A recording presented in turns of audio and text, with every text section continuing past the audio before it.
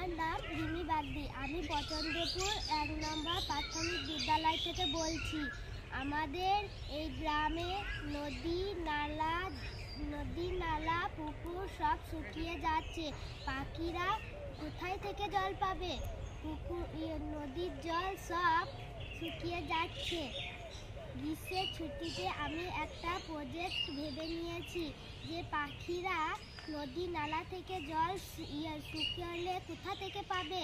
সেজন্য আমি গাছে গাছে হাঁড়িতে জল ঝুলিয়ে দেব বলে ঠিক করেছি।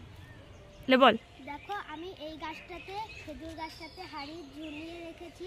এবার আরও অন্য গাছটাতে ঝুলাবো। আমার সঙ্গে আরও অনেক সহযোগীরা আছে।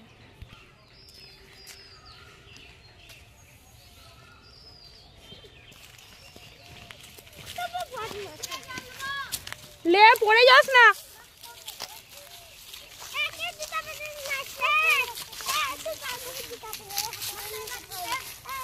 ওটা তুই কোথায় দিবি?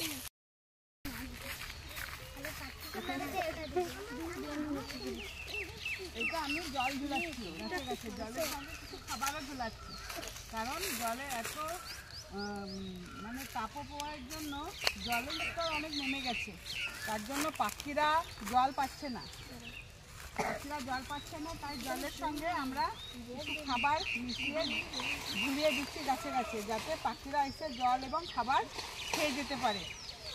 তো এই প্রজেক্টটা আমাদের ছেলেমেয়েরা করছে এবং খুব ভালো উদ্যোগ।